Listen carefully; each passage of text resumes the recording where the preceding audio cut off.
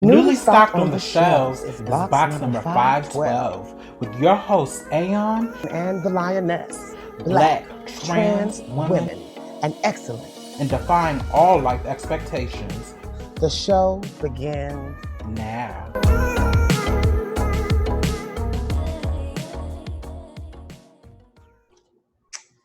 Hey, you guys! Hey, how y'all doing? Welcome to episode 11 of box number 5 Soul Podcast, Grown Black Trans Woman Talk. Yes. Sis, it always feels so good to be back in this space. This is a sacred space. This I is know, a Aeon. grown I woman know. space. And I just want to say that I love you and you, my sister. And I'm just so happy that we are doing this together.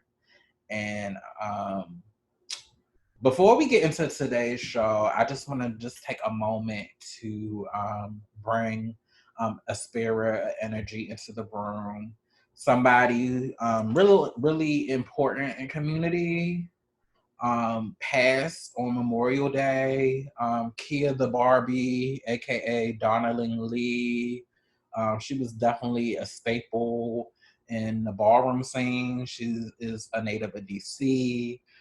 She unfortunately she passed on Memorial Day, and it took social media by storm. I was literally gagging all evening yesterday. I wasn't I wasn't close personal friends with her. I did follow her on social media and on Facebook. I am cool with people that are cool with her, so I immediately got sad because I know the girlfriends that I know, they were personal and close girlfriends with her. And I just think it's sad anytime we lose a black trans woman young, just a really sweet, lovely person. Wow. And I'm just gonna miss seeing her on Facebook and seeing her antics and just how she kept it real. You know, I like to think of myself as the girl's girl. So I'm drawn to other trans women that I just get a sense of realness from how they carry in their personality. And she definitely gave that. She was some tease, but what girl isn't? But she was just a nice girl.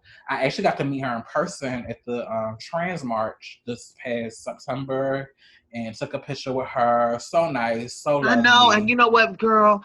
In that moment, I just wanted to weigh in really fast.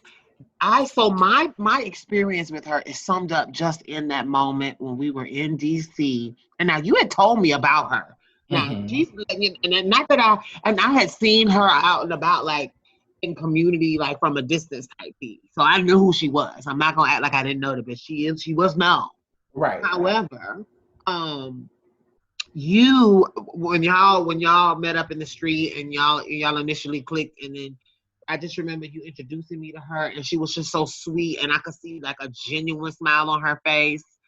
And we all sat and took that picture, and then London came in and got in on it too.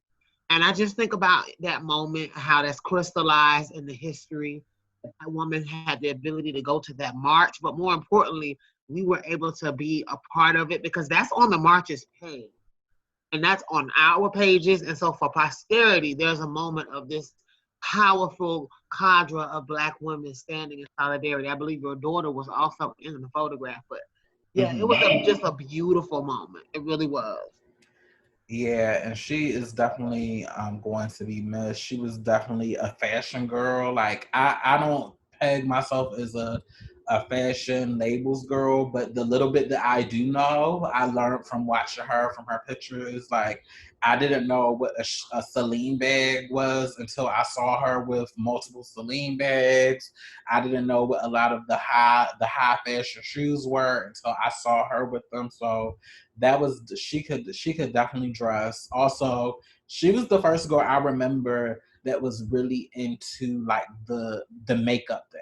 And not just like, oh, girls wearing makeup or using makeup to survive, but like really that Kim K makeup. She was really the first girl I really saw doing it and taking pictures and documenting herself on social media. So she was really, even though she really wasn't big in the ballroom scene, she was definitely around.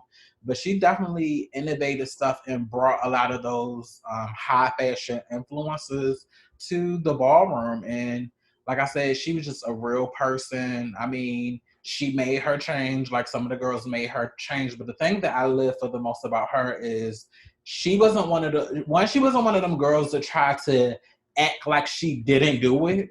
Cause you have some girls in community where it's just like, oh, I'm so kind and I went to go see this piece and because I was so beautiful, he just gave me a stack and I didn't have to do anything.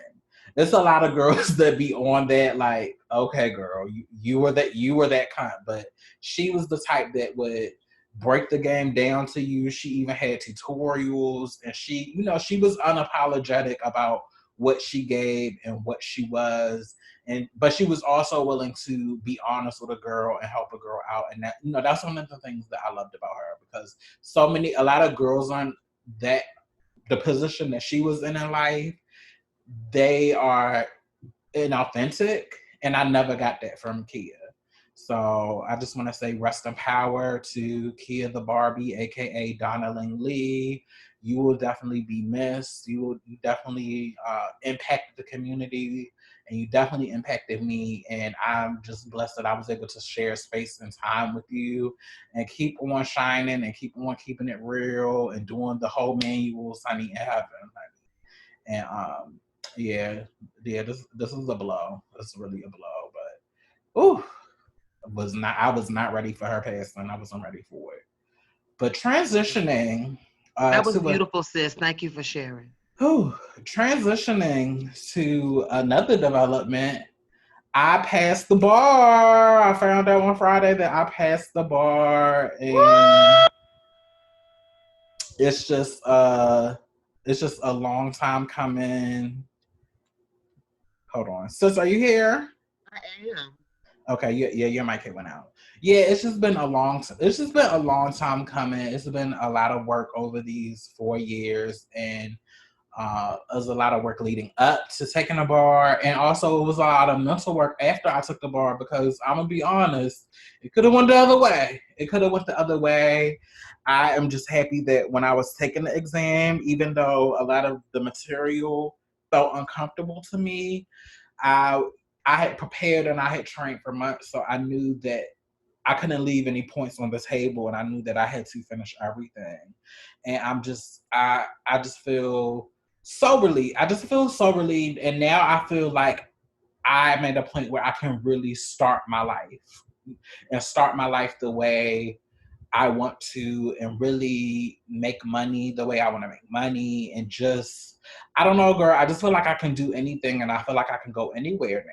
And also, I'm ready to give back. I'm ready to give back to all of the trans folks that now want to come to law school and really break the game down for them and tell them how to master it and how to kill it. So it'll be more of us out here, but I just like the sense of relief. Like I'm kind of still on cloud nine. I read the email every day because it's just like I could, I couldn't believe that I did it, but I did it, and I feel good about it.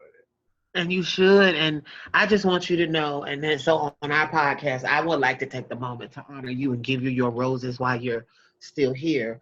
Um, I just want to say that watching you go through this process is confirmation that someone can have a vision and then give birth to that vision and then plant it deep and pray over it and then watch it go grow from seed to budding to growing to blooming to harvest. And I watched you walk this journey through law school from seed to harvest, and I was in awe because there were times where it got muddy.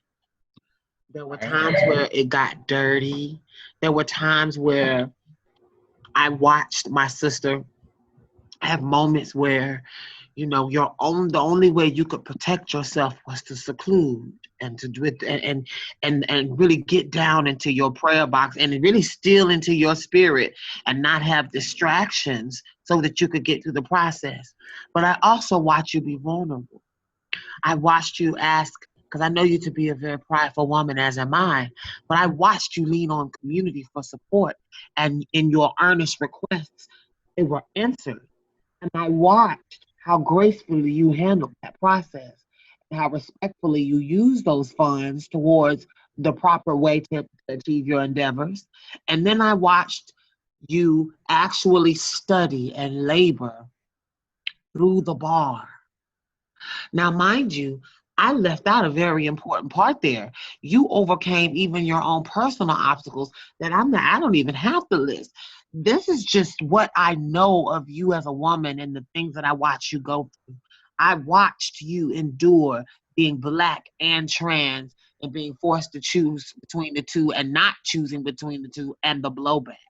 I've watched you really have to grow and deepen as a woman and really understand your place is not necessarily a place that Paul and Chicago wanted you to have. And like really repositioning your life and your spirit around the idea that I'm now disappointing people who thought they could name for me who I was. You know, I watched you really, really, really go through things that I feel like you and your humbleness you would never name. Mm-hmm. But I wanted to take the moment right in our podcast to name them because, sis, I think people need think that it is easy to do it.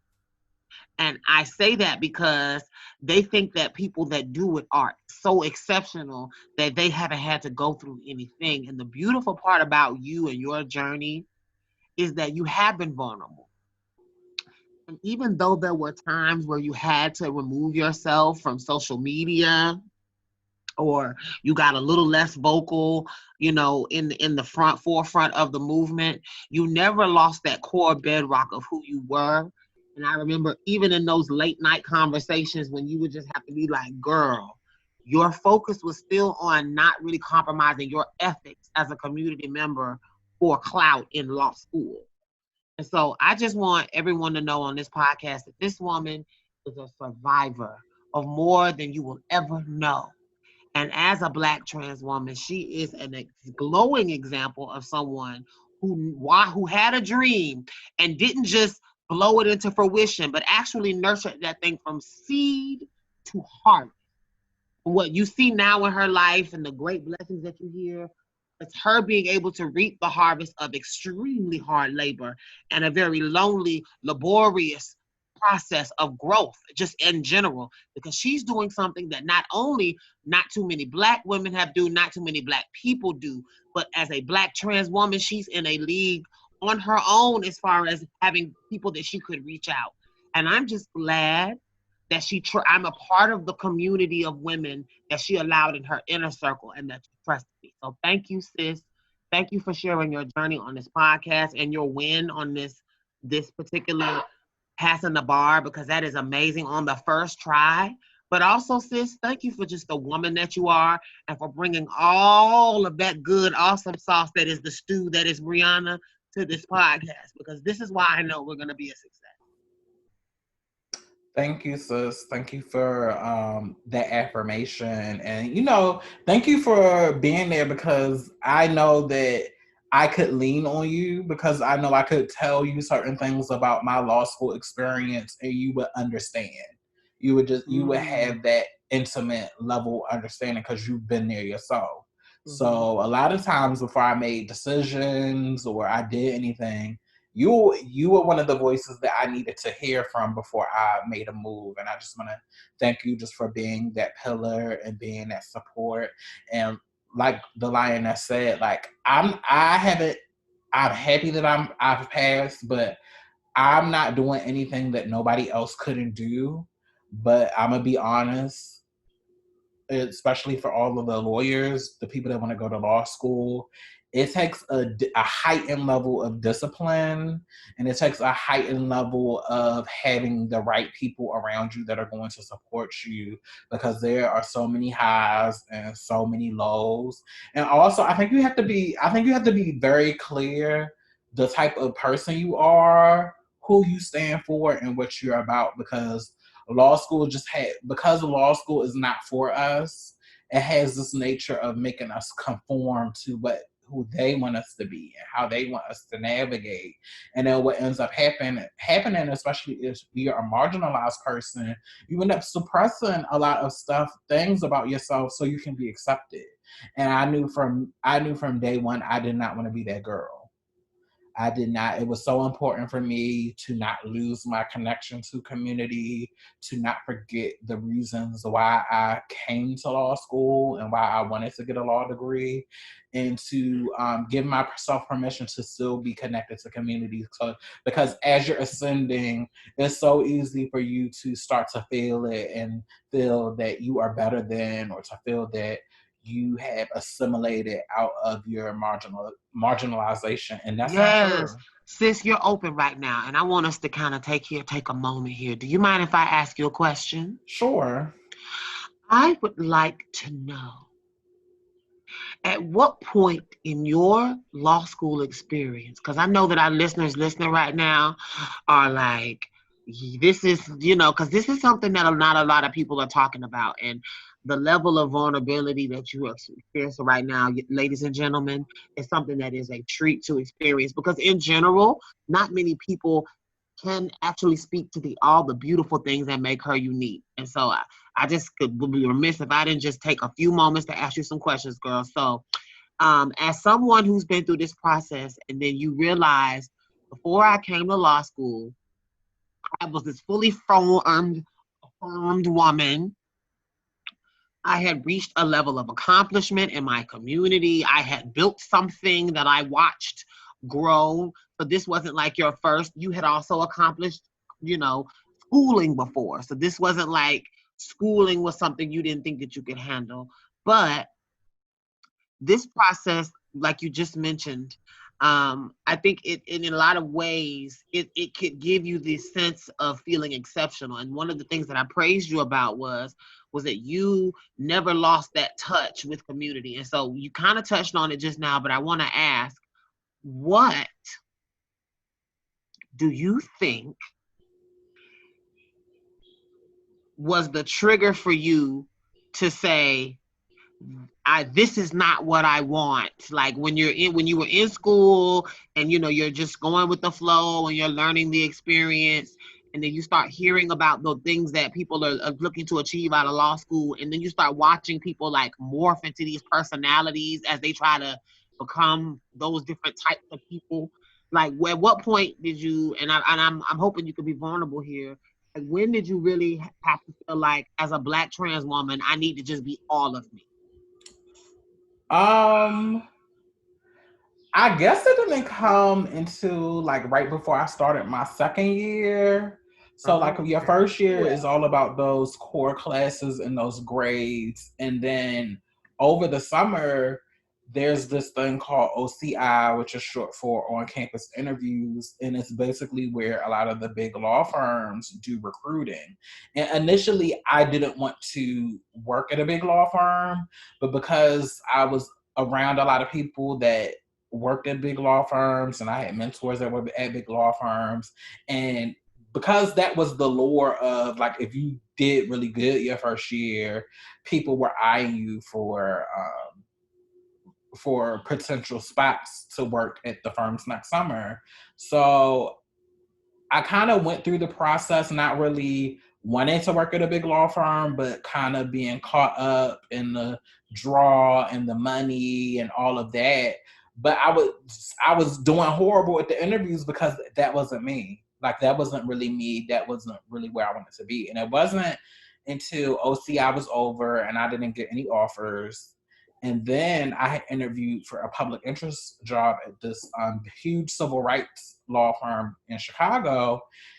And prior to that, I was told to scrub my resume of all of my public interest stuff so I could be more appealing to these big business law firms because I didn't want to seem too left or too radical. And I did it. So when I got this interview with the civil rights law firm and I met with the founder and we went over my resume and then I told him my story and who I was. And he was like, why is that stuff not on your resume? And that's kind of when the light bulb went out and where it started to click that though that's the path for those other girls are not me, and I have my own unique path to go on. And though while it's scary because it's not as much security in public interest, I know I have a passion and I know I have a purpose. And because I'm so in tune with that, I will be okay. And the fact that people see things in me and they want me to bring my passion and all of that to my job, those are the type of jobs and experiences I need to go down. Because a lot of what happens is you have, especially in law school, you have a lot of people that are public interest, but public interest doesn't pay as much as working at a big law firm. So what ends up happening is a lot of people may start off public interest, but they get scared or the opportunity presents themselves and they go for the money. But what happens is they'll go to work for these firms, and then 5 years turns into 10 years, and then they get stuck. And then when they want to try to transition out and come back to public interest, it's actually hard for them to get a job in public interest because somebody will read your resume and be like, well, how can we trust that you're really public interest, or you just are just doing this just to do this? And I knew I didn't want to be that. I didn't want to be that person that lived my life thinking, oh, well, I'm gonna just tough it out for 5 years to get to what I really want. It's like, well, sis, what was the point of coming to law school? We need to go for what you want now. Don't wait. Don't wait trying to chase money. Like, so once that light bulb started to go off, I started to acquire more jobs that where the people really wanted me for me and they wanted me to be myself. So I think that was it.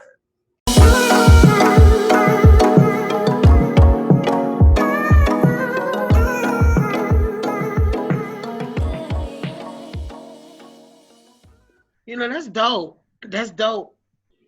I think that's dope. I think because you really get to see the evolution of how like you decided in your 2L year that you were in that place where it just kind of through circumstances of you existing, it just came to be. Let me ask you this. Now, was there any incidents on campus where you felt like it was important for you to like really, really lean in and like say no, you're not going to do something? And how did that feel on campus for you after you had been so vulnerable? It was a situation that happened my third year there that had to do with a drag show, and I'm gonna be very vague. They had to do with the drag show and them, in a nutshell, conflating trans and drag queens identities and kind of making it a mockery. Right. And I made the point to stand up and to really push back against the event in a way that I knew would probably be an issue, but I guess I thought because a lot of people peg themselves as progressive or peg themselves as getting the conversation, that it could be something that could be worked out. Well, what ended up happening is the situation turned really nasty. And though I helped to get the event shut down because I think they were afraid that I was going to protest because I had to bring it to social media. Girl, you had scared them, girl. I did, but you know what? That's part of being a lawyer. You have to, Amen. sometimes you have wins in the court of law, and sometimes you have wins in the court of public opinion. And one thing they weren't prepared for was that you weren't the kind of girl where they could just bogart you without you immediately, like you would if you were just any old random girl in community. You never lost your community heart. So when you saw some shit, you used your community ties to alert the hootie hoo out there to something that was going on. And I thought that was dope. But anyway. But the shade is they didn't know that I was somebody before I came to law school. Really? I guess they just thought, I was some. I guess the people didn't really think to Google you because you're Googleable, bitch. Right. I was somebody and I was doing things before law school. So, and I still had those ties. But what ended up happening is people started picking sides. And a lot of people that I thought got the conversation really didn't get it and were just diverse as a form of lip service. But when they got called out on their shit, they got really defensive. And they kind of used their power to like socially exclude me or socially distance me, and it was very hard. It was very hard. Not that I thought I would never have to deal with this, Can you but unpack that? Can you unpack that social distancing phenomenon? And the reason why I say that is because sometimes people think that violence against us is always perpetuated in this extremely physical way. And I feel like sometimes what you hear trans people talking about when they say talk about like toxic environment, it's the feeling that now that I have, as a trans woman or a trans person, asserted all of myself, now that I'm not just made a part of myself, the one that you accept a part of the space, but now that I brought all of myself, there's oftentimes this shift in the way that we're treated by other people. And so I want to take a moment there for you to, girl, explain what it was like at, like, when you say it got weird, or or shit got kind of weird or awkward. Like, what was that like, that social distancing feeling? Because that's what we need to unpack for people. That's where those are the daggers that make somebody feel like they don't belong. Well, go ahead, girl. well, the one person in particular I had to beat with, she just stopped talking to me altogether.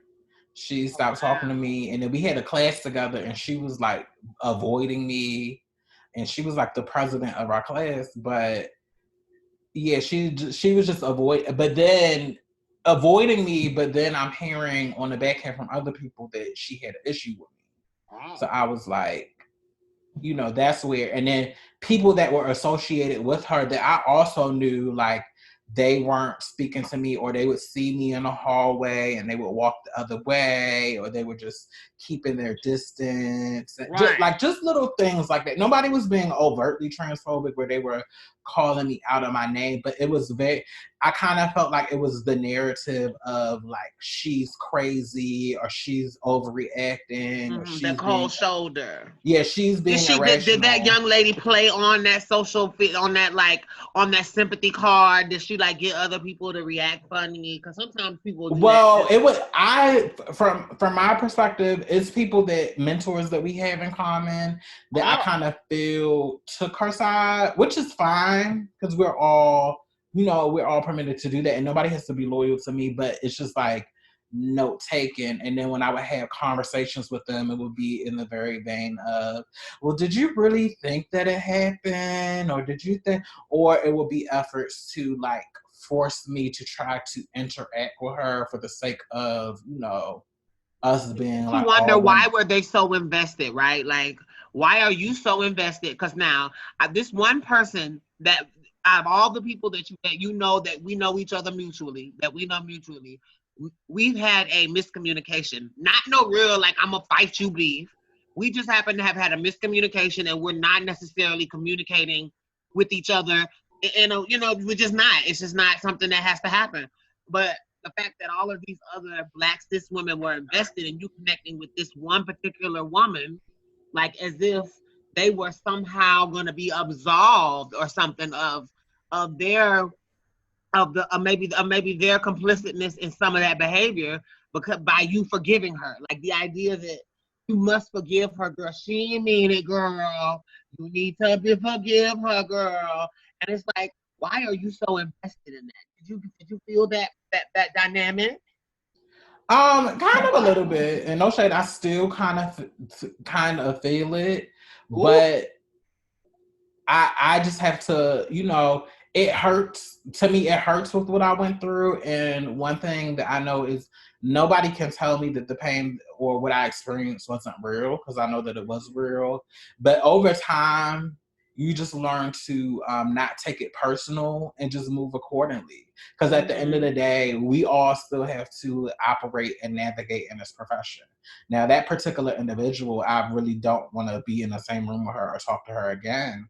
But it was a learning lesson for me. It was a learning lesson that, You are such a Sagittarius. You're like, no, girl, no. no, but it was a learning lesson for me that, there are costs associated with standing up for what you believe in. And I rather pay now than think you have this relationship with you for years and think you down and learn about you later on down the line. But like I said, it's all about learning, people. Like, I don't, even though I don't like the situation and it makes me uncomfortable, I really try not to take it personal. And like I said, I try to move, where my talents and where my journey takes me. I know I have a path that has, I know I'm setting myself up for a life of living authentically, that when I look 10 or 20 years down the line, God willing, I'm still alive, that I can be proud that I moved in my truth, that I wasn't moving trying to get status or trying to be the girl that I was who I was, and I did what I did because it mattered to me. So yeah, I try. It was a very hard experience that required several months of therapy, but I'm better for having gone for it. And that's Let me you. tell you what That's you why I did. say you really got to know when you come to law school who you are and what you're going to be and how you're going to play the game, because it is a game. It is a Yes, game. yes, yes, yes. And then now let's talk about can and so for people now that you have transitioned, right? And you were going through that process of like, okay.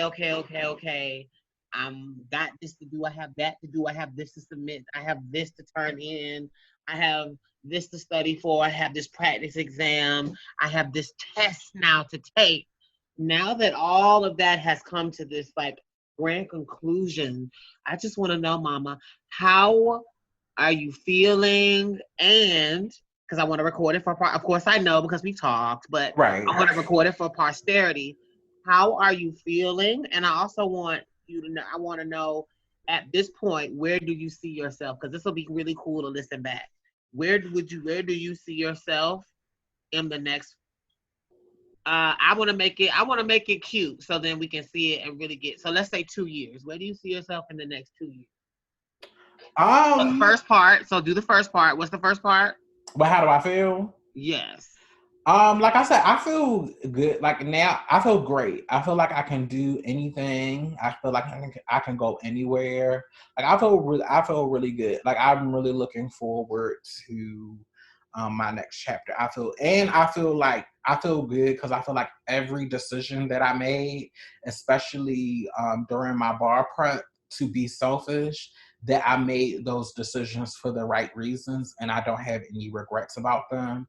And I'm just now I feel like I have to operate at a higher level and operate with higher standards in all areas of my life. So now it's like, well, bitch, if you can pass the bar, I can buckle down and get back on track with my health and working out, because when I feel good, I'm not, going through the after effects of the chemo. And it's all about planning. So now within the past week, I've literally been exercising. Like I get my big ass up at 6, 7 in the morning, and I'm out running or jogging for at least 2 miles every morning when I, weather permitting. Because it's like, if I can do that, I can just apply that skill set to this. Word. Also with the men, I have to operate higher because now the stakes for me are higher. I can't, for dating or even for cutting up having fun, I have to operate higher. You have to be of a certain caliber for Which you to brings even me get to my my attention. next question for you, lady. And this is something we pre-discussed, but I think this is a great segue. Because I don't want us to lose it. Can we talk a little bit about what your relationship choices were like in school, and what if any sacrifices did you have to make on this journey to guarantee that nothing fucked it up? Well, I really didn't have any. I don't even really think I was looking for a relationship. Well, especially after my first semester, I was talking to somebody, but that went down the drain. So I was playing around, but I met somebody, listeners of the show. I talked about this guy previously. We started dating my last So semester. actually, we talked about two guys, if they're real listeners. Now, this is not the previous guy that she was just doing Oh, the the guy that I job. was just talking about, that's a chop, but we will talk about that on another episode. And it wasn't a mess, but that's officially chop. But going back to old boy, Oh we'll call we'll boy, ca- that's what we'll we'll call call him we'll him. call him D9. D9. If you if you D9. if you know, you know. If you know what it stands The for, you know. pettiness. Okay, D9. Yeah, we'll call him Yes. D9. So So we were D9 talking back D9. Go ahead. right. So we were talking throughout my last semester. Uh, the first time we broke up was around my birthday, December 2nd, because the nigga forgot my birthday, and that was a situation. We tried to get it back together again, and he ghosted again like around Christmas, and I broke up with his ass on Christmas Eve because Christmas I had hurt. You say he forgot your birthday. Now, did you address that with him, or was that just the no, we addressed it. We addressed it, and he sent me So money. how did he He get quote back after unquote that? said he put the wrong date. He put December 3rd. Now anybody that really knows me knows how intense I am about my sign and about my birthday. To the point And where she reminds you when it's coming, girl. right, and his birthday is like a week before mine. Like his birthday is like on Thanksgiving. So, bitch, it wasn't like we haven't had this conversation, and I purposely made you take note of it. So after the birthday thing, he kind of made it up, and we kind of got it back together. But then he ghosted again around the holidays. So I had just finished my last semester, like December 18th or 19th. That's when I had like my last final. So he ghosted again. So I had to make a decision, like going into because my bar prep started the day after my last final exam. And I had 3 finals that last semester, like in-class finals. So when he ghosted again, I was like, going into this bar prep period, it's already a high stakes, stressful time. I only need people that are going to contribute to me having good mental health and encouraging me and getting me where I need to get to. And I don't need if there's any time to be selfish, this is the time, because when I get my results back, I don't want to get any results in the event I don't want to have any results in the event I don't pass this test. I want to know going into this bar prep session or season, the month and a half that I did it, that I literally did everything in my power I could so I could perform well on exam So day. before you blow that juicy end to Miss Thing, I want our listeners to take a second, because this is, I know that other black grown trans women are like, oh, Miss Thing, did she just say, hold on. Did she just say, so you already knew coming in, because I'm just slowing it down for a second. Coming into Christmas, he also was shady then as well, like he de-ghosted.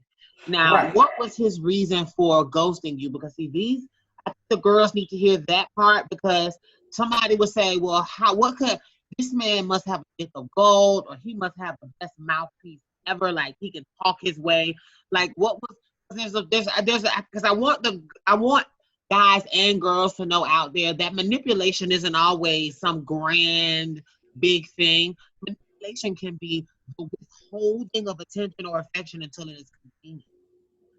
So, Brianna, I would really love if you could take a moment and just unpack for our listeners what in that moment was the thing that he said to you that made you feel like, I know that I'm not crazy, that you did ghost me twice now, but what did he say to you to make you stay, or make you feel sympathetic?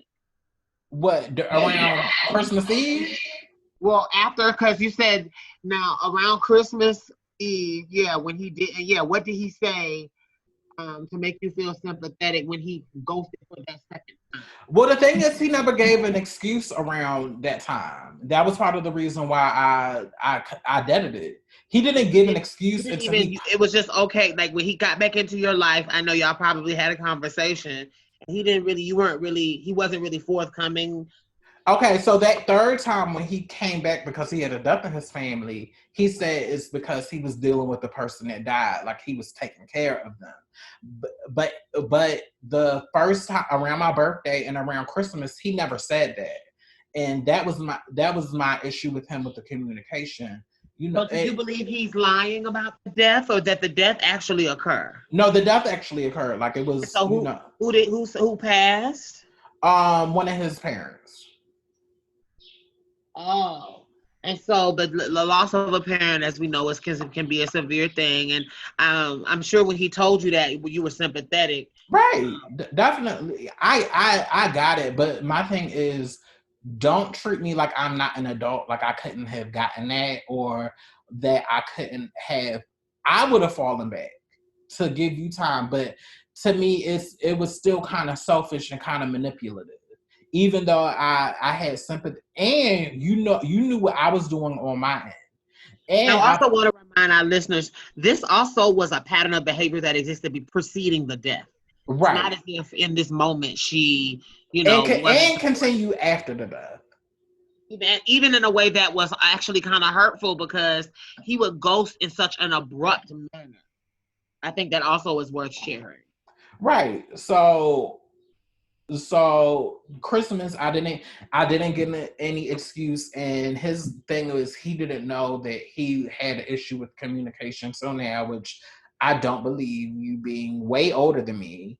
But yeah, but I had to make a decision to protect myself, and I didn't have time to be getting depressed or feeling some type of way over a relationship when I knew I had to pass this bar. Like it really wasn't, even though I didn't know whether I was passing or not, I needed to pass this exam because I didn't have time and it's expensive as hell to retake. So I had to do what I had to do. And the fact that you just didn't care about that, or I was just on the back burner, I had to make a choice. And now that I passed it and I was successful, I don't regret that choice. And moving forward with me picking partners for whatever, I just have to move in a way that just honors me and allows me to operate at a higher level and to operate with people that really know my grind and know my hustle and that are respectful of it and that are trying to add from it. I mean, add to it. Like if you're not trying to, if you only want to be around so you can be close to me just for the opportunity to go down on me, and that doesn't that's not enough for me. I need somebody that's trying to do more than put their lips between my legs. Like I That need part. more than that. I need somebody that can, Muncha get painted. That's an right. I need inside somebody from, that, if you watched our live, you know exactly what we just right. I need somebody that can contribute to my vision and that cares about my vision. And that wouldn't purposely or non-purposely do stuff to have me in a depressed mental state, because any guy that I date, I tell them once I open up and get to know them how the men abandoning me, that's a constant theme in my life. And when you do that to me, that hurts. That really hurts, and it hurts to the point where it can be distracting. And I try to. Do you ever regret sharing that? Like, I guess.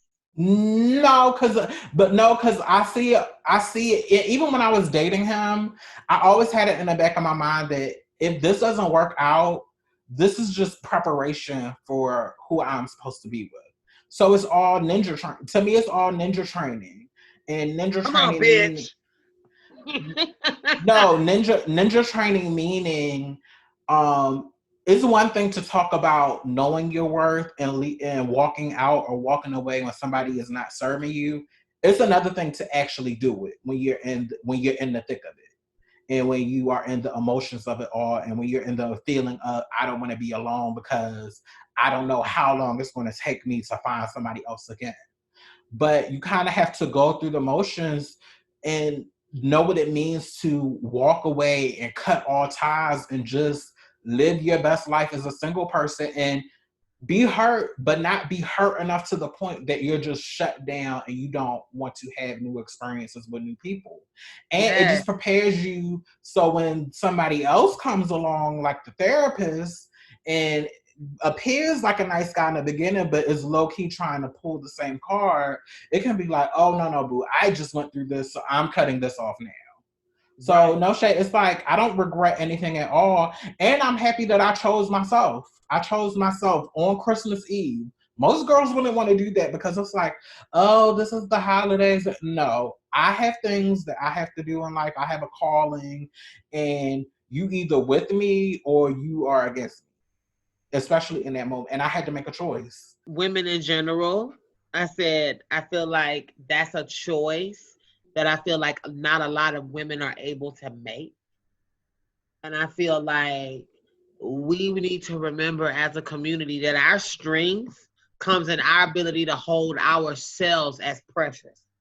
And I feel like what you did in that moment was a great example of self care, because at the end of the day, it's not that he was a bad person. It's not that was anyone that was to be condemned, but you did a self assessment and you saw that when you began to rank things in priority and what was important towards your success, you saw that that you needed to drop some weight. And I feel like that is a very powerful statement. And I'm glad you're sharing that part of your story because I And think he was a big nigga, so it was a lot of weight to drop, bitch. But I did it. that part as well. But but look, girl, that's not a read because we love some thickums around here. We do.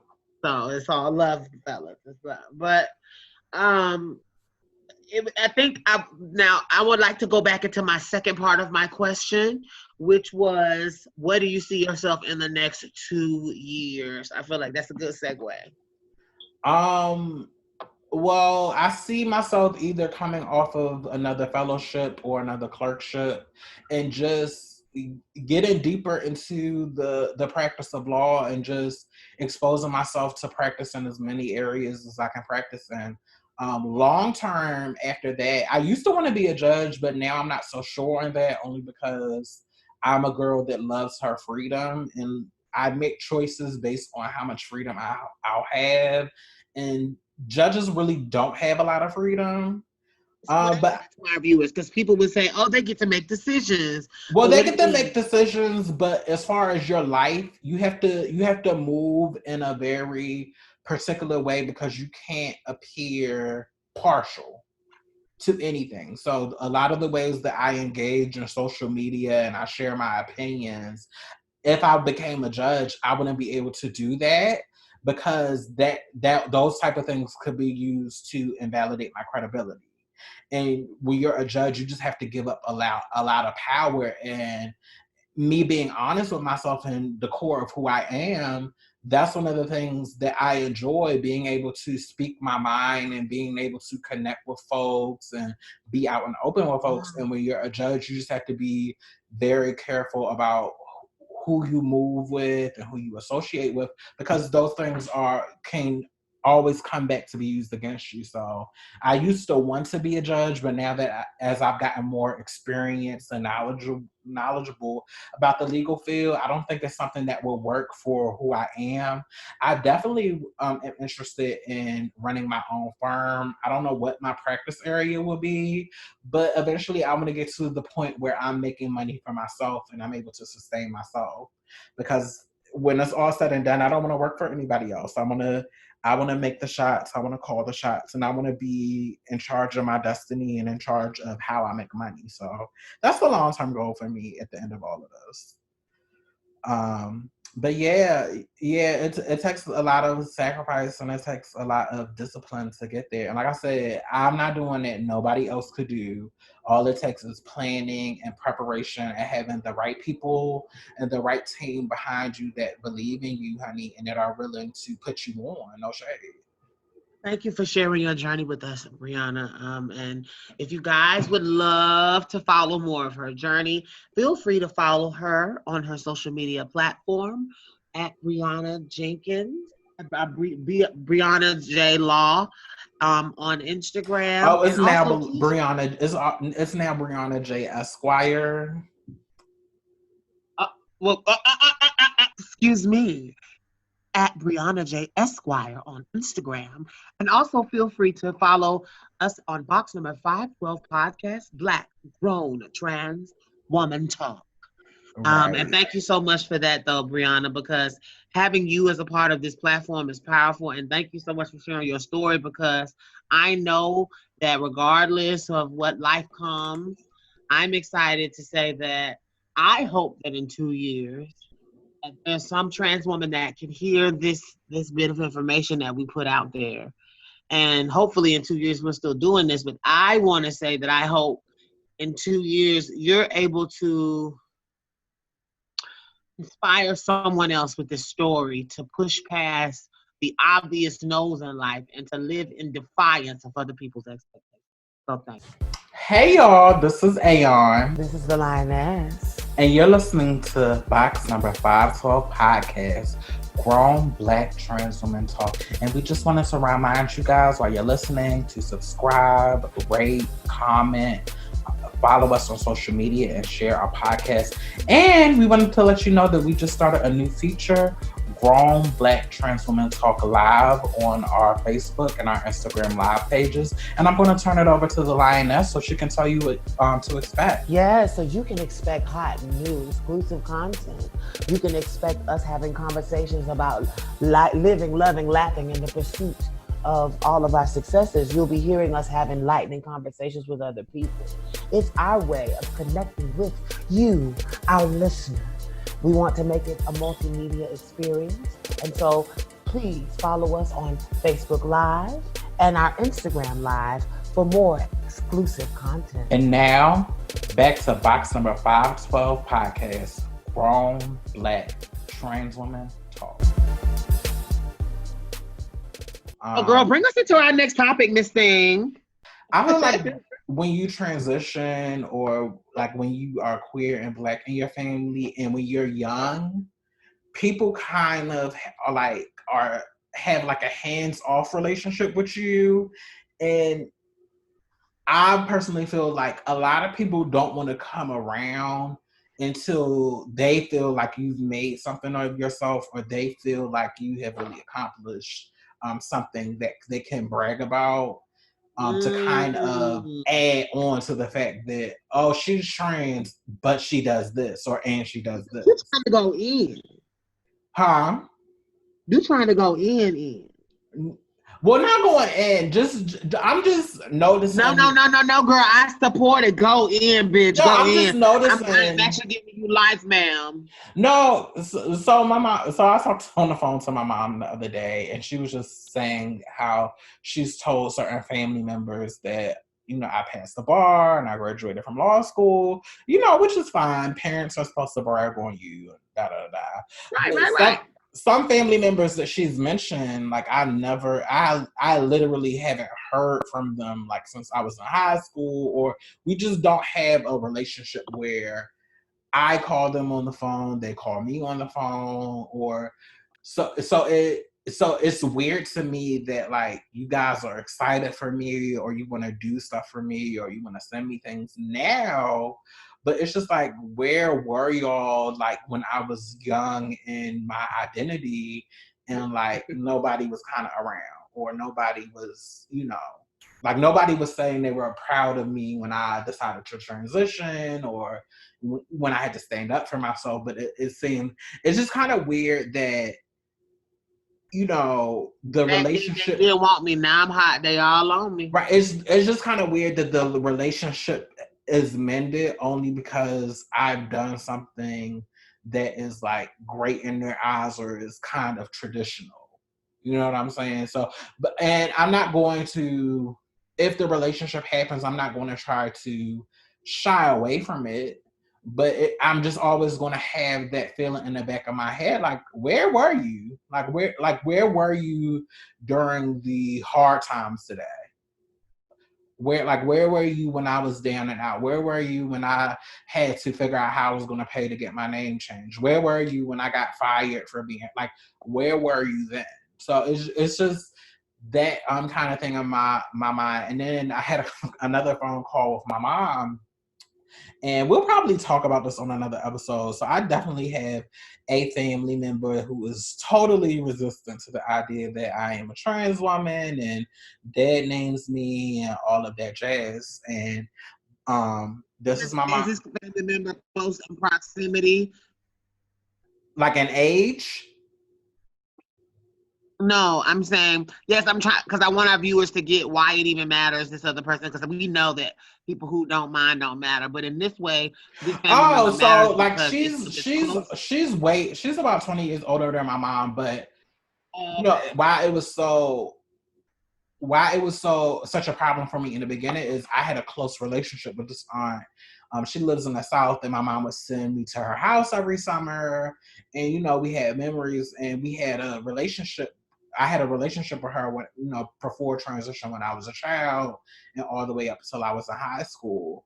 But once I transitioned, my aunt is very like religious, born again Christian, goes to, you know, Southern church every Sunday. So she's very much that type of woman. So when I transitioned, like, will call, hang up the phone in my face, like very much act like I don't exist, that type of thing.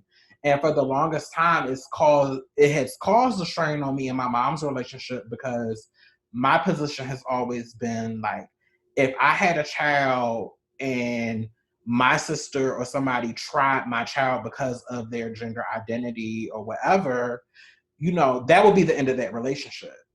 That's personally how I feel about it. As the years have gone on, and as I've gotten older, and I've tried to see my mom as not my mother but a person, and also my mother is the baby of the family. So like anytime it has something That's to do, powerful what you just said. yeah, Unpacking mom as a person, that's yeah, deep. A lot of people need to learn that that's an important part of growing up. yeah. So, and my mom is the baby of the family, so she just has this thing when she gets around her older siblings and stuff like that. She kind of like doesn't stand up for herself the way that I feel like she should. So as I've gotten older, I've tried. I don't want to use the word try to understand because I still don't understand it, but I've accepted that though my aunt treats me this way, this is still her sister. And she wants to have that relationship or maintain that relationship. And as time has went going on, because I've learned to let some things go, it doesn't bother me as much. Now like my position is still my position. If I had a child and somebody was blatantly anti-queer to my child, that would be the end of our relationship. But my heart is softened to my mom because my mom feels like she's in a rock and a hard place. Right. So to make a long story short, she told my aunt that I graduated from law school. So, and me and my mom had a blow up about this before I got sick, where I told her my aunt can't have a relationship with me, with you as a proxy. Like, don't divulge stuff that I've done in my life as Brianna, only for you to tell her that me as my dad name did them, because that's not the truth. Brianna did this, and so she That's can't. deep, and I don't think parents understand why that is so hurtful to us. For us to know that you're only really appeasing me in your presence, the Right, notion that you don't really see me who I am, you're just humoring me, and that, so right, when I'm not around, I'm nothing but someone that you haven't seen in over almost 2 years. right. I'm no one else. Nothing about my evolution is present to you. I feel like that's an important thing I wanted to pull out of your story as well, Brianna, that parents need to understand that not affirming us or when we know that as soon as we turn our heads, you don't even acknowledge us as who we are. It makes us feel like all of it's fake, and it makes us feel like we're really disconnected from you because you are refusing to see what the very eyes are telling you. Right. So, and we will get into depth once we talk about our mother stories and our relationships with our moms, and it's Yes, yes, yes. And I'm glad that you and your mother have a great relationship, but I just and felt it like in that was moment I wanted to speak to that. right, and it's hard. It was hard to get there because it just was hard because sometimes when you are hurt so bad by your parents or your family, it makes you never want to open up to them again. And it's still some time. I'm still learning how to be open with certain parts of my life with my mom, and that's really hard for me. But so she told my aunt that I graduated from law school, but I think she did it in the hopes that it would soften her heart or it would make her come around.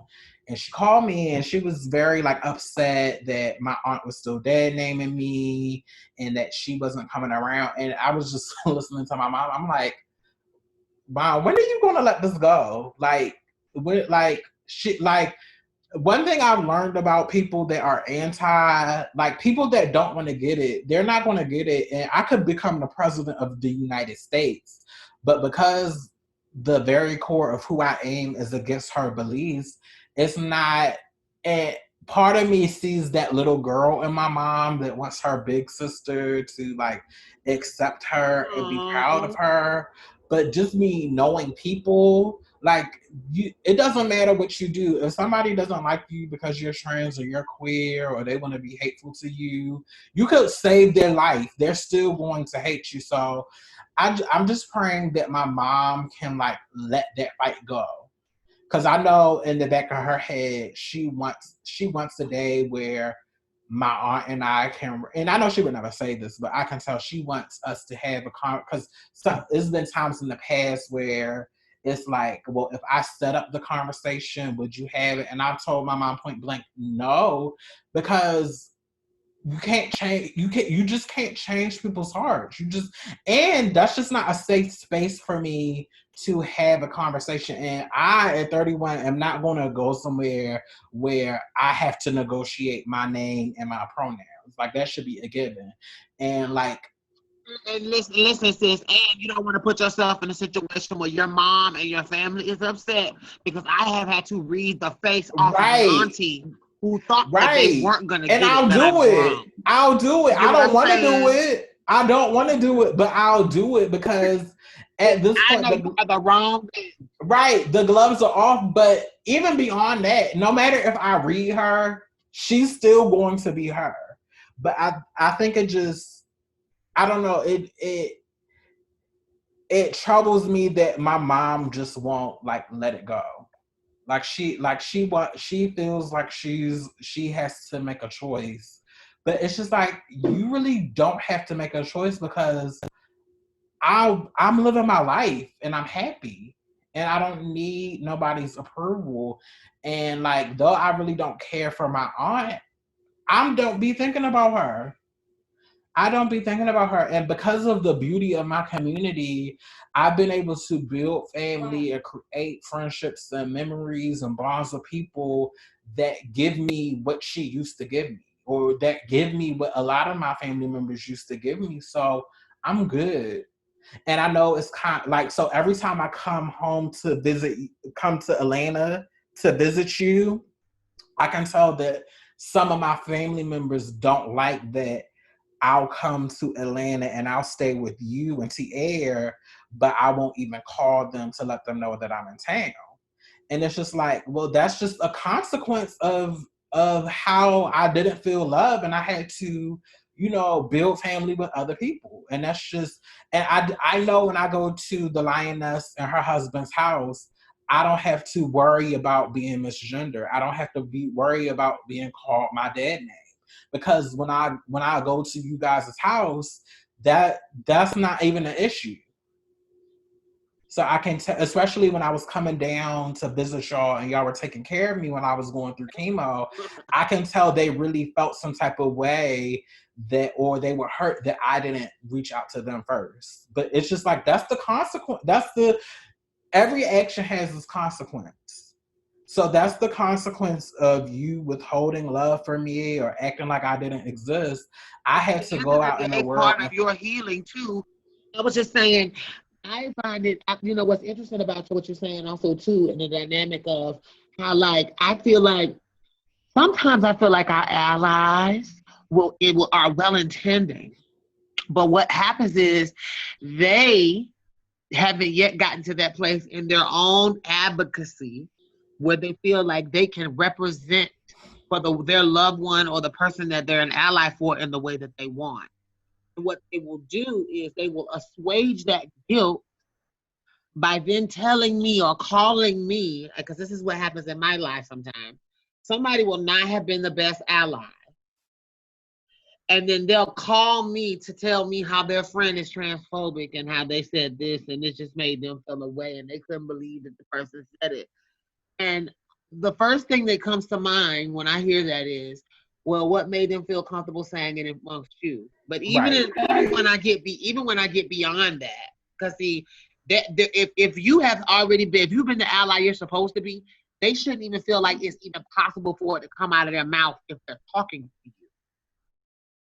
But because that's not the kind of ally that you've been, you now are you're hearing something that hurts your feelings because you love me and you want to affirm me, but you haven't yet processed how to be the best ally you can be and be real with yourself and stop lying and saying that you are really, really down when you yourself allow other people to mistreat me sometimes. Right. So then what happens is after now you've been in this encounter with somebody where you didn't feel like you were the best ally, you call me and go, girl, I can't believe she did that. And she said this and she said that and it burns me up. And it's part of it too. And I think what I had to learn was I needed to set a boundary for what I allowed my mom or my sister or my cousins or my friends to tell me.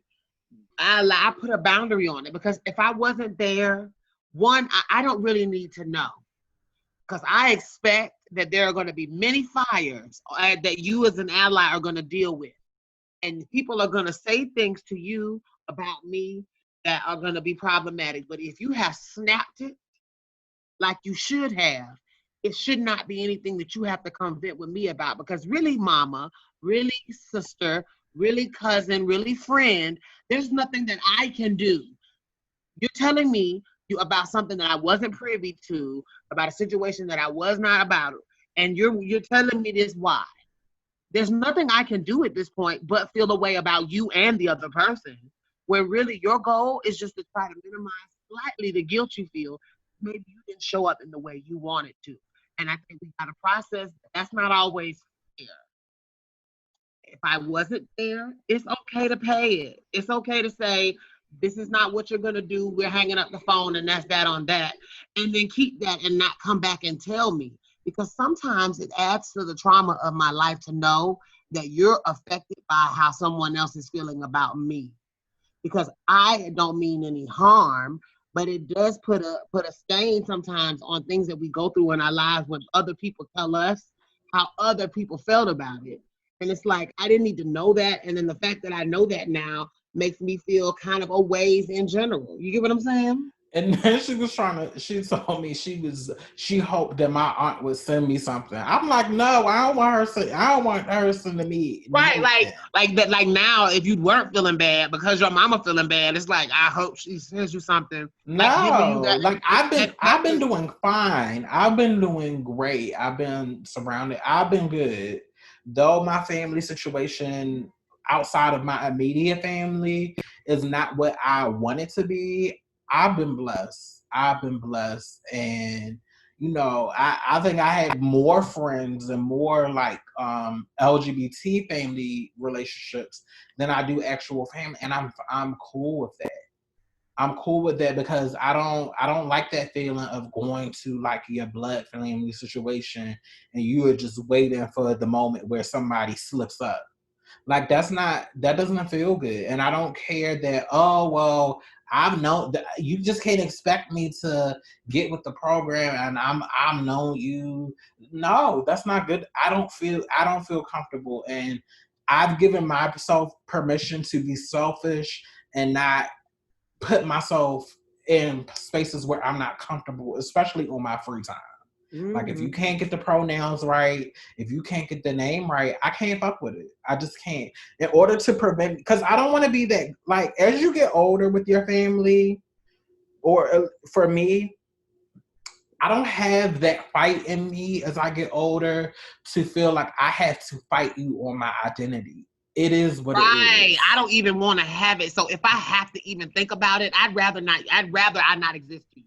Right. It is what it is. I've been living my life. I've been thriving. So me trying to fight you or trying to convince you, I've given up that fight. I don't need to convince anybody. It And is I, and what I it can I also is. say this too, and I feel like the world needs to hear this. I don't give a fuck about how you feel if my mama is okay.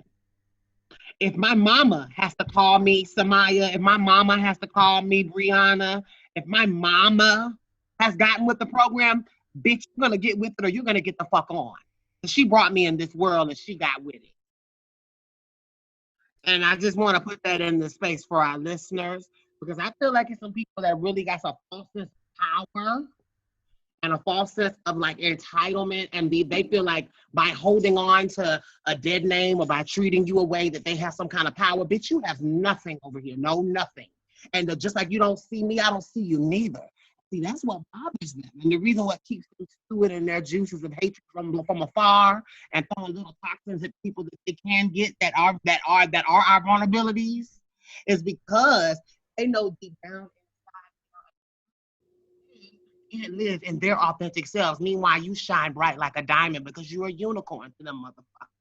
And now the unicorn that they counted out has once again done some shit that I spoke against her, that I might have even prayed against her getting. I might have prayed against her being that whole being that she is. And now your mama is calling her to be like, and my baby once again is something else. And I hope that this can be a moment of empowerment too, because it just shows how wonderful and how beautiful your mom's spirit is, but it also shows how great she did with you, because you are such a strong, strong woman that you can actually be that person for your mom to say, Mom, please don't cry for me, Argentina. It's okay, girl. Like, God is good. Life is great. Like, it's okay, because I think sometimes our parents don't realize we don't need the family that they had to be okay. And I love how Right. you And talk. no shade, she don't need the family that she has. To be truthfully honest, she don't need them. But like it, and I don't want to be elitist. Like, it's particularly with my aunt. My aunt didn't go past like a certain grade education. Like, I don't even think she has her diploma. So now that I'm able to put everything into context and see everything for what it is, like, you kind of have to have some type of level of education to get it. And like, I don't think she's ever going to get it. And that's fine.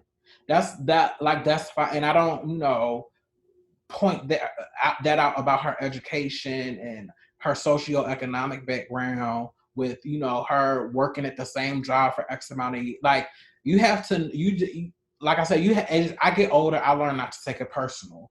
It's just it just is what it is. And a lot of times when people don't have education and they don't have money and they're from the deep south, bitch, like, and religion is all they have, it Mm-hmm. just is what it is. And I'm a casualty of that. But I've learned not to take it personal. I've learned. Sis, I live for you down. And if we were on our own call right now, I would have keyed and carried so many times at this very subtle and broad sweeping read that you are laying forth, darling. No, but no shade. It's not even a read. It's not even. Girl, It's you not. know the best reads are truth, girl. Don't do that. But it's not. But it's not like, I can't get mad. I can't get mad. I can't get mad because we both know the issues, particularly issues of like sexuality and gender identity. Those are very like academic, like collegial things. And the church is taught, that's the devil, and So now I get it, so it doesn't sting as much. But for my mom, I just wish that she would just let go of the fight. I wish she would let go of the fight because I'm good over here. Like, I have survived. God has been good to me. I have never, since I've been here in Chicago, I haven't been hungry. I've always had Yeah. a roof over my head. I've always And had you had a community willing to contribute and be a part of that journey just because they love you for who you are. right. So like, I'm good. I just want my mom to stop it. And my mom, she's a Virgo to the core, and but I just want her to let it go. I just want her to let it go. Because now I'm at a place where I'm not angry at her for having a relation. And I had to apologize to my mom like a couple of months, not this year, but sometime last year. I had to apologize to her because I was punishing her for a long time for still having a relationship with my aunt, knowing how my aunt treated me. What did And that punishment look like?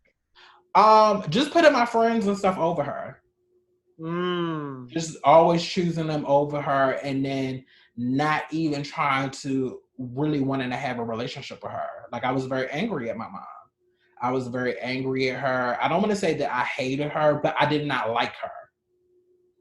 because and it, it was me being judgmental, like how could you choose her over me? But as as my heart has softened and as I try to look at my mom and people in general through a complex lens, I I try to be understanding. Now I still have boundaries that I have the right to Well, maintain. listen, I just came up with, I just want to put this on there so we can have it on prosperity. This would be a good name for the episode, Unboxing Mama. Ooh, that's the damn Mm. bitch. Go ahead. Well, I don't even know because this is not even the full like conversation that I want to have of like talking about my Oh, I know. mom. That's what I was saying. That's an episode title. Oh, okay, yeah. But Unboxing Mama. Yeah. but I don't know. As I've grown older, like I don't want to. I came to a point where I didn't want to continue punishing my mom because that was only a manifestation of my anger and how I really had to work through the trauma that it is when a family member rejects you in that way, and then life goes on and other people still continue to have relationships with that person, knowing how they treated you. But I definitely had to work through that. But I just got to a point where I didn't want to punish my mom anymore, and I wanted a relationship with her, and I wanted to have memories with her because tomorrow's not promised, right? And I didn't want me to die or her to die, and we at least didn't get to know where we are now. So, but yeah, for a Right. lot of times I punished my mom. I punished my mom. I was very now. I never told her I hated her or anything, but I was very mean. Like it's very easy for me to be mean, especially when I feel like I've been wrong. So I can't say I've been very mean to her, but it was I was operating from a place of anger and disappointing and feeling that she really didn't see it for me. Or every time she said she accepted me, but you're going behind my back, dead naming me, having conversations about me with people that don't particularly care for me. Right. So, you That's know, deep. And you know what? You just really spoke to some real shit. Um, I can honestly say, even with my own relationship with my mom, there were moments where I purposely, um, well, not, it's like purpose unintentional.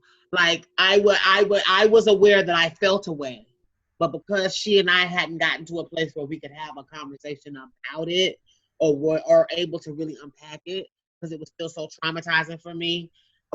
I felt like I treated my mom in a very distant way, and I feel like and to me, I understand now that that was important. mm, That was important because what it did was it helped me be confident and enough to affirm, to say that my boundaries are so strong that no one will get a pass. And it was important for me because I think it was almost like I was living in a world where 98% of the world understood me. And then the people that I wanted to understand me, the people that I actually fucking care about, were looking me in my face and purposely trying to say they don't understand. I mean, and even if you don't understand, respect me enough to say this is how I want to be called. But even deeper, after years and years of being someone's child, they will still go around other people. Because see, it feels like you're pretending. Either you're pretending with me when you say my name is Samaya, or you're pretending right, with other people when right. you name me. But And one of and the you get ways to a that point, you it's can, like, well, bitch, do you see it? Like, do you see and it it? makes me not trust you at all. Like it makes me feel like all of it's fake. Like there's this near of falseness on all of it, because I know that as soon as it might even be just as petty as I hear you handing someone else the phone and dead naming me as you're passing the phone. Like, and it's just like, really, you really gonna fuck? I mean, Lord, and I just want to say that that just makes you feel like all of it is fake and it's for not. Because at the end of the day, this is not a game. We're not just doing this for fun. I get made fun of in the world, and I still get the fuck up every day, and I'm still this bitch. There were times where I would have to get on the same bus in the hood, in the almost in the so before sunrise at twilight or whatever you call that, before sunrise because I had to wait on the bus to get to work to ride 2 hours one way there. But guess what? I did it even though I knew that there were those boys were going to be waiting for me on the corner every morning by Kensington train station. If you live in Atlanta, you know what I'm talking about. You understand? And I still had to punch through Kensington Manor apartment complex. If you know it, if you're from Atlanta, you know what I'm talking about. And I was that woman. And I'm using that as an example because I feel like people think this is a game and we're just doing this for attention online or we're just around people because that's how they access us. It's through porn or online or in these like really surface ways. But baby, listen, before I ever had a surgery, before I was ever this lovely woman before you, I was some creature that everyone laughed at. And I was vulnerable and I was sensitive and I fought to be this person. And to be this person, I lost a relationship for a while with my own parents. And it took me a long time to get that relationship back. And so then if my parents have gotten to that place where they got it, it's really fuck everybody else. But Right. also it hurts sometimes when your parents can't, it also hurts sometimes when your parents still don't have that extra to be able to say, not on my watch. Because Right. you do this in front of me when my child isn't around, you probably just not just dead naming them, but using the F bomb and other things too. You see what I'm saying? Right. So yeah, I feel you, girl. I just wanted to summarize that because sis, you have really, really articulated in your story about your mom just a deeper, bigger, broader issue on like how allies need to be vulnerable enough and authentic enough in who they are to share that with the people around them when we're not around. Because it's really that's what you can really control. I can't when Right. I'm in the room, people are gonna act a certain way, and I'm not gonna allow them to act a different way. But when I'm not there is when you're really being an ally. Yeah, yeah. But I know those because my mom is the baby, those relationships really mean a lot to her. So I know that she's going to keep them, but we've gotten to a point where it's like, well, I'm not just your child anymore. We are two grown women. So if you want to be in my life and you want to be invited to stuff and you want to know what's going on, we need to have boundaries. And my boundary is which she clearly violated by telling her I graduated and passed. But I give my mom a pass because that's just something, that's something that you tell. But don't tell this lady, like, she doesn't get to excommunicate me from her life and then get to have a relationship with me through you. Like, that's not what we're doing here. If I am dead to you, and if my mom she's told me about conversations that my other aunts have tried to facilitate with her to get her to come around, and I see that that's her way of advocating. Like, it was a so when my oldest aunt died, like, I think this was like my first year of law school or like my first summer of law school, one of those years, everybody kept begging me to come down to Columbus for my aunt's funeral. But I'm just the type of person, I don't care what it is. Unless it's my mama, I'm not going anywhere where it's a possibility for me to get tried, because I know how impactful that is to my mental health, and also know how that could get me angry. And I'm at the age where I don't want to, I don't want to act out on violence. I just want to be mindful of how I'm conducting myself as a grown woman, Right. and I'm just not going to put myself in certain situations. So it's a lot of family events down south that I just don't participate in, because I know how my aunt is. Like, when my uncle died, she was in the funeral, sat right in front of me, said hi to all of my cousins, and didn't say anything to me, like ignored me. So, like, that's what she gives. Wait, So, she really played the I don't see her routine with you. Like she just literally acted like you wasn't there. right. So it's just like it's just like I don't have time I'm not purposely going to go out of my way to fly to Columbus when I know everybody's going to be at her house, because in Columbus, her house is like the family house that everybody goes to and everybody eats at, and we have free pets. So I'm just not going to. And my mom was really trying to get me to go, because she's like, everybody wants to see you, and I'm like, no, I'm just I'm no, I'm not. That's not smart for me. That's not safe for me. So I'm just not. But she told me the last time my aunts and stuff got them together, they were trying to get her to come around, and their basic thing is like, well, you're missing out. Like, you're really missing out on a great person. But and I get that my mom wants to advocate for me, but it just comes to a time where you just have to let that go, and you just have to let people die who they're going to be. But like I said, And I'm glad that you're at a place where that doesn't feel like betrayal to you. Because I have no, to understand that the relationships that my parents have with the people that they have are important to them. right, Now, I wish they could be better allies and not care so much about those relationships that they would allow those people to mistreat their own child. But I no longer, as an adult, like what you said on earlier, unboxing mama or unpacking our parents and seeing them as humans.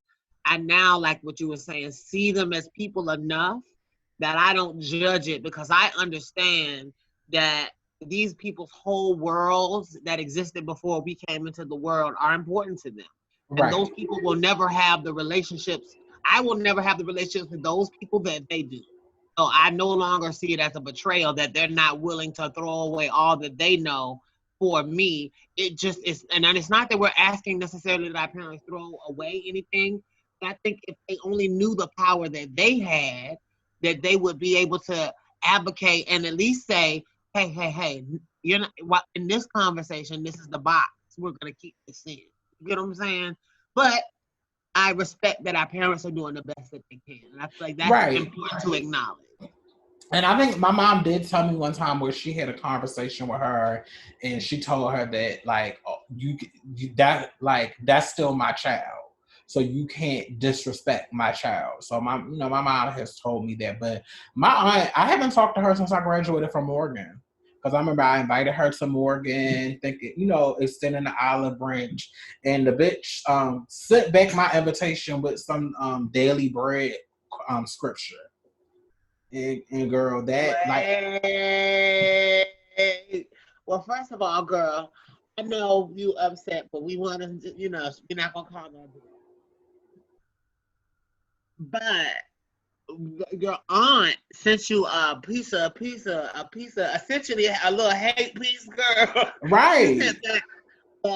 She sent back the invitation with like some shit, like a Bible verse, like one of them shady ones. right, and that, Oh, and that was kind of the beginning. Well, that wasn't even the beginning. Even before our transition, we kind of butt heads because from a very young age, like I just knew I was going to do me and all of that. Like my aunt is very religious, and that all of that fire and brimstone talk and that didn't scare me.